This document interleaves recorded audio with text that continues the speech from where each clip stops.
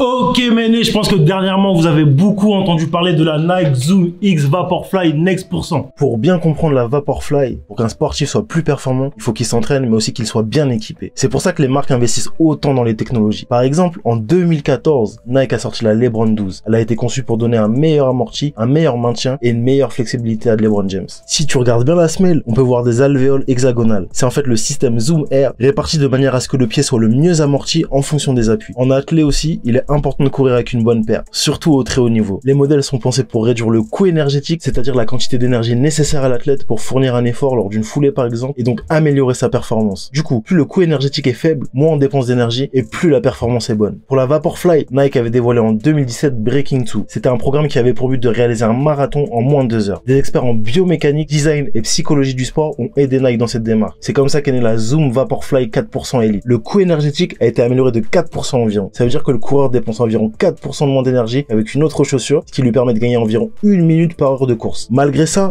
Eliud Kipchoge n'était pas passé sous la barre des 2 heures du marathon, il avait échoué de 25 secondes seulement. Nike a alors demandé directement aux athlètes leur avis. Elle s'est ensuite inspirée de leurs expériences pour concevoir la chaussure qui correspondait le plus à leurs attentes. Après retour des athlètes, elle a ensuite amélioré son produit et a sorti la Zoom X Vaporfly Next % le 25 avril pour 275 €. Et toute la paire est pensée pour augmenter la puissance des athlètes. Par exemple, la position des lacets a été changée après que Mohamed Farah l'ait demandé. Ils sont décalés sur le bord extérieur pour ne pas comprimer le pied et les vaisseaux sanguins sur le dessus. Malgré quelques modifications, la paire garde quand même les mêmes attributs que la précédente. Elle est constituée de Vaporvive, qui est un composé de polymère thermoplastique et de nylon, qui est plus léger que le Flyknit et le Flymesh. Mais il est aussi beaucoup moins absorbant. La paire reste donc plus aérée et sèche tout au long de la course. Puis dans la midsole, il y a un petit coussin de mousse au niveau du talon pour éviter de trop solliciter le tendon d'Achille. Dans la semelle, on retrouve aussi des rainures pour faciliter les mouvements lors des virages, ou encore plusieurs plaques en fibre de carbone dans la sole. Le talon est plus épais, mais il n'est pas fait pour amortir. Il emmagasine l'énergie via la mousse Zoom X et la plaque carbone pour la restituer au moment de la poussée. Et c'est ça qui permet le gain de performance. En octobre dernier, Brigitte Kosgei a battu le record du monde de marathon pour femmes. On a aussi Eliud Kipchoge qui est passé sous la barre de 2 heures au marathon de Vienne. Et t'as des coureurs adverses qui ont commencé à se plaindre en disant que la paire était considérée comme du dopage technologique et qu'il fallait absolument l'interdire. Il y en a même qui l'ont comparé à un ressort qui propulsait les athlètes. Au final, t'as eu tellement de plaintes que le 17 octobre dernier, la Fédération internationale d'athlétisme a décidé d'ouvrir une enquête à l'encontre de Nike. Dans le règlement de l'IAAF, il est écrit « Les athlètes peuvent compétitionner pieds nus, porter une chaussure sur un pied ou sur les deux. La fonction de la chaussure est d'assurer une protection et de la stabilité au pied et une adhérence adéquate au sol. Ces chaussures ne doivent pas être conçues de manière à donner une aide ou un avantage aux athlètes. » À la fin de cette enquête, la World Athletics, qui régit toutes les compétitions internationales, a décidé de réunir un panel d'experts pour savoir si oui ou non la Vaporfly devait être interdite. Bon, au final, ils ont décidé de pas interdire la paire. Par contre, ils ont instauré une nouvelle règle. En gros, tout nouveau prototype ou nouvelle technologie devra avant tout être approuvé par la commission avant d'être utilisé en compétition. Avec le reste de l'équipe, on va se demander si les nouvelles technologies qui sont mises dans les paires sont considérées comme du dopage technologique. Et on va aussi se demander si à l'avenir, on se dirige vers une uniformisation des produits pour les compétitions. Vous aussi, balancez votre avis dans les commentaires, likez, partagez, débattez entre vous. C'est parti pour le débat. Banks. J'ai entendu le règlement là et je me pose 2 questions. La première question c'est si genre la règle c'est vraiment de pas améliorer les performances et que les marques genre Nike, Adidas et tout et même ASICS elles font ça depuis toujours avec leur technologie air, gel, avec la technologie Vaporwave. Qu'est-ce qu'ils ont fait là depuis tout ce temps? Parce que ça veut dire que toutes les technologies qui sont sorties avant elles respectaient déjà pas le règlement. Pourquoi genre c'est aujourd'hui qu'ils réagissent? C'était bizarre. Ce que je me demande, après peut-être que je pousse le raisonnement trop loin, c'est à partir de quel moment tu améliores, parce que tu sais avoir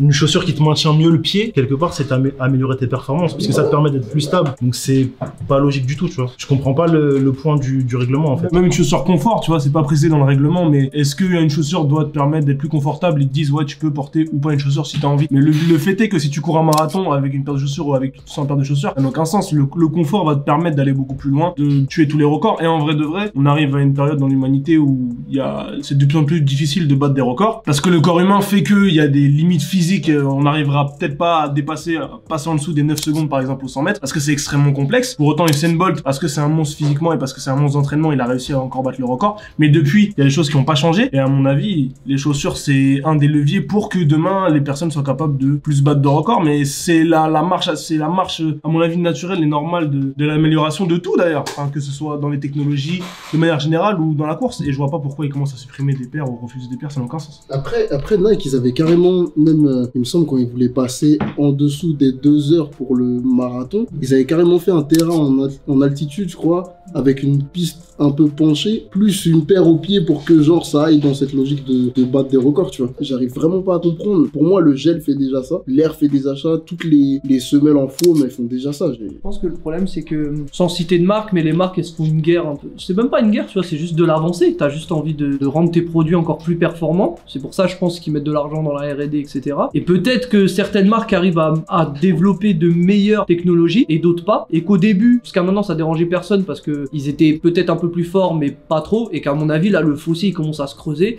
et que ça va finir comme la F1 où genre, est-ce qu'à l'époque, c'était intéressant de regarder la F1 quand tu savais que c'était Ferrari de toute façon qui allait gagner et que tu regardais juste pour savoir qui allait être deuxième? Bah là, ça va peut-être être pareil, tu vois. Et je sais, enfin, il y a quelques années, il y avait eu un délire comme ça dans la natation où ils avaient développé une combi. Bah du coup, c'est une combi qui prenait vraiment toute la peau, qui laissait, je crois, juste les pieds, les mains. Et du coup, ça veut dire que rien qu'au moment de plonger dans l'eau te ralentissait pas, tu vois. Est-ce qu'à un moment tu pousses la technologie à un certain niveau? C'est un peu complexe, tu vois. Je pense qu'il faut pas l'interdire parce que du coup, ça interdit à l'homme d'essayer de développer des technologies, des trucs. Et on est fait pour ça, on est fait pour évoluer. Mais d'un autre côté, ça rend le sport moins intéressant parce que demain, quand il y aura des marathons, bah tu sais que le mec qui a Nike, qui a cette paire, bah vas-y, il va gagner, bah qui sera deuxième? Et un vrai parallèle entre la natation et justement la course que t'as fait là, c'est que en vérité, depuis toujours, les gens ils courent avec des paires de baskets au pied. Alors que à la natation, t'as vraiment qu'un caleçon de bain ou justement un slip de bain pour nager. Là, ils avaient vraiment créé une combinaison qui changeait réellement, même physiquement, la personne. Et justement, l'année où ils ont sorti cette combinaison-là, ils ont battu tous les records en natation. Et je pense que c'est un problème comme la F1. On parle toujours de sport où il y a des limites de temps, de deadline, que ce soit l'athlétisme, que ce soit justement la F1 et la natation. Il n'y a pas ce genre de problème-là dans le foot, par exemple, ou dans le basket, entre guillemets. Enfin, j'entends personne dire, ouais, les chaussures de foot, là, elles sont tellement évoluées. Parce qu'en vrai, la R&D, Nike, ils la font sur toutes les paires existantes, tu vois. Et donc, ça veut dire que les chaussures de foot demain vont permettre à un joueur de frapper plus fort. Ça veut dire la balle, elle va plus partir en lucarne. Mais c'est interdit de... Il me semble que il y a ce problème-là avec le ballon, avec le du monde, qui allait tout seul qui volait tout seul, tu vois. Et il y avait un autre problème avec, la poudre de carbone dans une chaussure. Et genre, en gros, le poids se transférait vers l'avant quand tu tirais. Et du coup, il y a déjà eu ce problème. Là, j'ai l'impression c'est juste pour garder, un écart pas trop important entre les différents compétiteurs. D'un autre côté, j'étais en train de réfléchir, je me disais, peut-être qu'ils ont raison aussi d'arrêter d'interdire le truc. Parce que, en vrai, plus le temps va passer, plus la technologie, tu vas pouvoir faire des trucs de ouf. Et en vrai, que la nanotechnologie, tu pourrais peut-être faire des chaussures qui vont vraiment permettre aux mecs de courir beaucoup plus vite, tu vois. Et du coup, peut-être qu'il faut, parce que ça reste un sport sur le dépassement des limites humaines, tu vois. Donc, est-ce qu'il faut pas, commencer à mettre des limites quelque part, tu vois, même si le boulot des marques, c'est de créer des produits qui permettent d'être de plus en plus performants. Et on leur reproche souvent, parce qu'au début, on dit, la paire elle sert à rien. Là on voit vraiment que la paire elle fait une réelle différence sur le terrain, tu vois. Je suis d'accord avec ça. Ça veut dire que un gars qui veut devenir un athlète, bah son seul objectif c'est d'être fort, mais aussi de signer chez l'équipementier qui fait les meilleurs trucs pour justement être connu et reconnu dans le monde entier dans son sport. Et du coup moi je suis grave d'accord avec ça. Je pense qu'il faut limiter comme ils ont limité la F1. Et aujourd'hui la F1, ils arrivent encore un peu parce que maintenant je crois que c'est par rapport au shape des... En fait si tu veux au départ les constructeurs ils faisaient ce qu'ils voulaient. Chacun avait son nom, enfin ils avaient plusieurs moteurs en fonction de l'argent que t'avais des moteurs qui étaient plus ou moins puissants, etc. Là ils ont mis par exemple ils ont tous les mêmes voitures, toutes les voitures sont les mêmes. T'as un moteur pour le week-end ou t'as un nombre de moteurs défini pour la saison. T'as le droit à un arrêt pour aller remettre de l'essence, des trucs comme ça. Par exemple sur un circuit, tu vas avoir une zone où tu vas pouvoir appuyer sur le bouton pour avoir un truc de boost. Enfin, ils ont mis plein de règles pour essayer de mettre tout le monde sur le même pied d'égalité.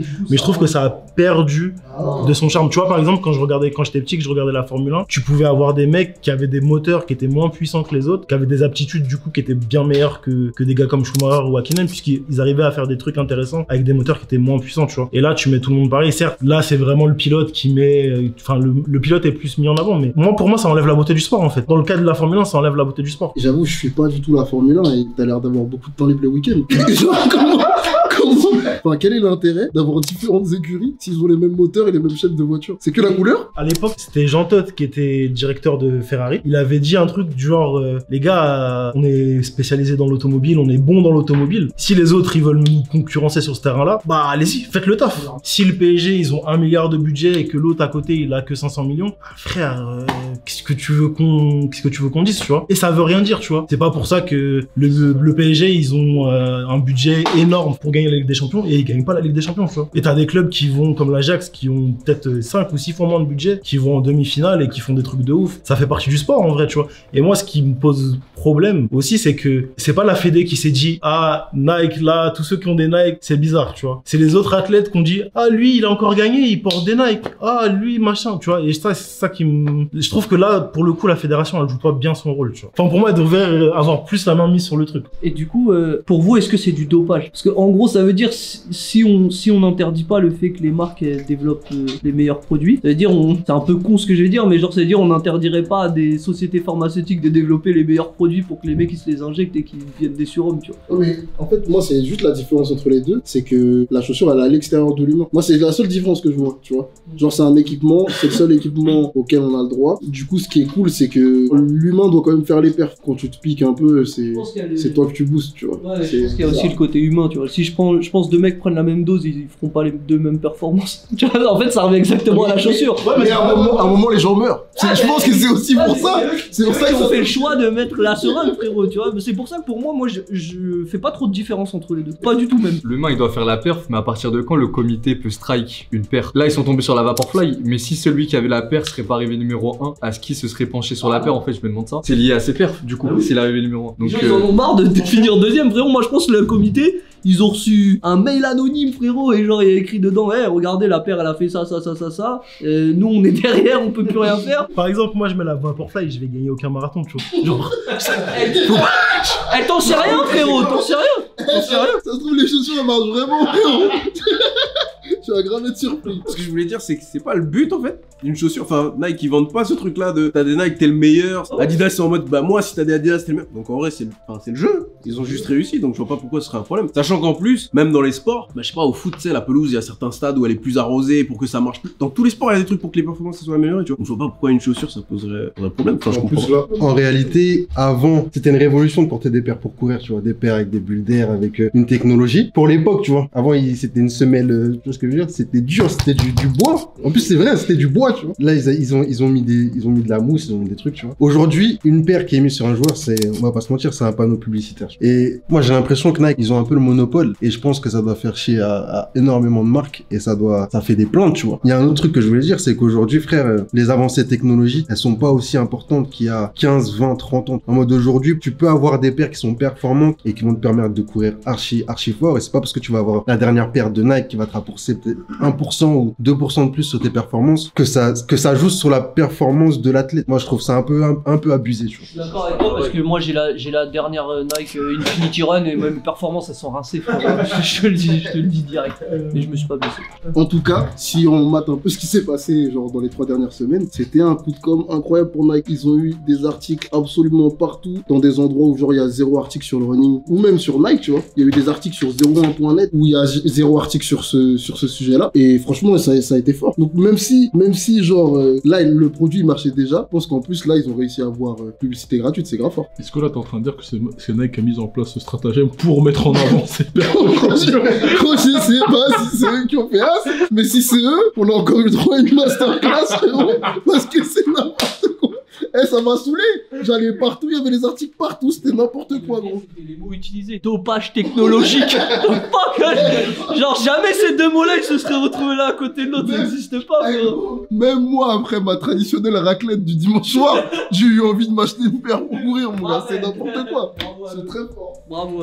En gros, ouais, je suis grave d'accord avec pas mal de points de vue qui sont été abordés là. Pour moi, la basket c'est un outil. Et en vrai de vrai, même si à une époque t'as dit les semelles c'est du bois, le mec qui a battu le record du marathon de Boston en 1960 avec une paire de ASICS au pied, c'était une semelle en bois. Mais je pense que c'est parce que c'était une ASICS, c'est que c'était une toute nouvelle paire qui était plus travaillée technologiquement qu'il a réussi à gagner. Et est-ce que du coup, ça remet en cause tous les records qu'il y a eu dans toute l'histoire du running parce qu'à chaque fois il y avait une nouvelle paire avec une nouvelle technologie qui faisait que. Moi je pense qu'il y a un vrai problème aujourd'hui, c'est que les coureurs ils sont signés chez des marques et que ces marques-là sont pas au niveau technologiquement. Et donc du coup ces personnes-là, elles pourront plus accéder à ces records-là parce que justement les marques sont entre guillemets en retard ou alors qu'elles sont juste pas au niveau, tu vois. Je voulais juste dire qu'en gros, grosso modo, une paire qui est tolérée par le comité aujourd'hui, et ben forcément elle l'était pas il y a 10 ans, étant donné qu'elle aurait donné des performances perf incroyable. Et du coup, la Vaporfly qui a été strike là maintenant, bah dans 5 ans, plus du tout de produit phare et même peut-être un produit milieu de gamme par rapport aux technologies qui vont avancer. Et c'est pour ça que je trouve ça complètement insensé comme stratégie en fait. Ouais, il va y avoir un vrai problème aussi de striker les pairs, c'est que actuellement, à mon avis, c'est les progrès technologiques des produits et donc des pairs comme outils pour les coureurs qui font qu'il y a des nouveaux records. À un moment donné, il y aura plus de records, ça va plus être possible de passer.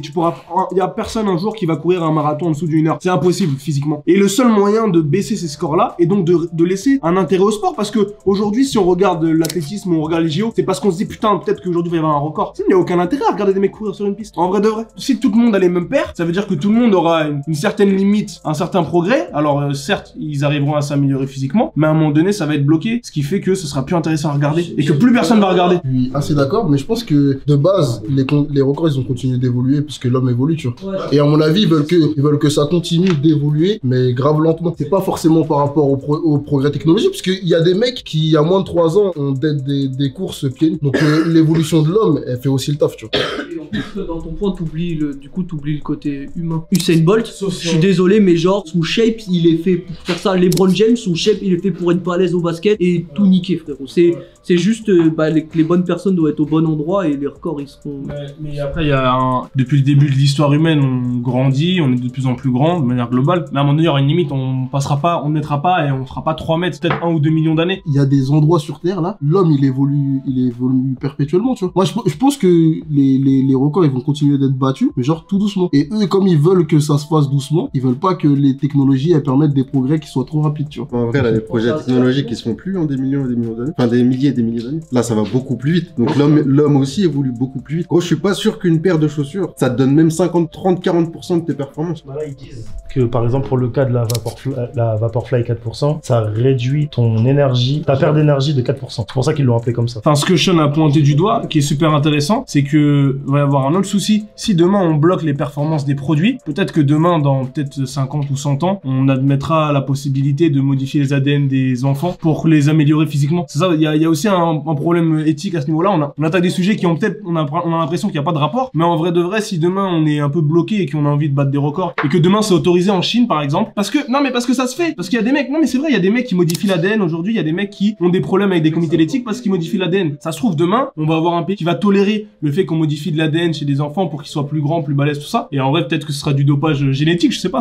Là, on parle de dopage technologique, mais on trouvera toujours un truc pour battre des records et pour améliorer l'humain, dans tous les cas. Ils ont beau bloquer les épaisseurs des paires, à un moment donné, ils trouveront un autre moyen pour le faire, c'est sûr. Bon, mais BG, on a essayé de répondre aux questions. Comme vous avez pu le voir, la réglementation en ce qui concerne les technologies est assez floue. Donc, on espère qu'à l'avenir, les fédérations vont essayer de nettoyer un peu tout ça et de rendre ça un peu plus clair pour tout le monde. Vous aussi, donnez votre avis dans les commentaires. Dites-nous ce que vous pensez. Est-ce que c'est du dopage technologique ou pas? Likez, partagez, envoyez du love. C'est tout pour moi. Bah, banks.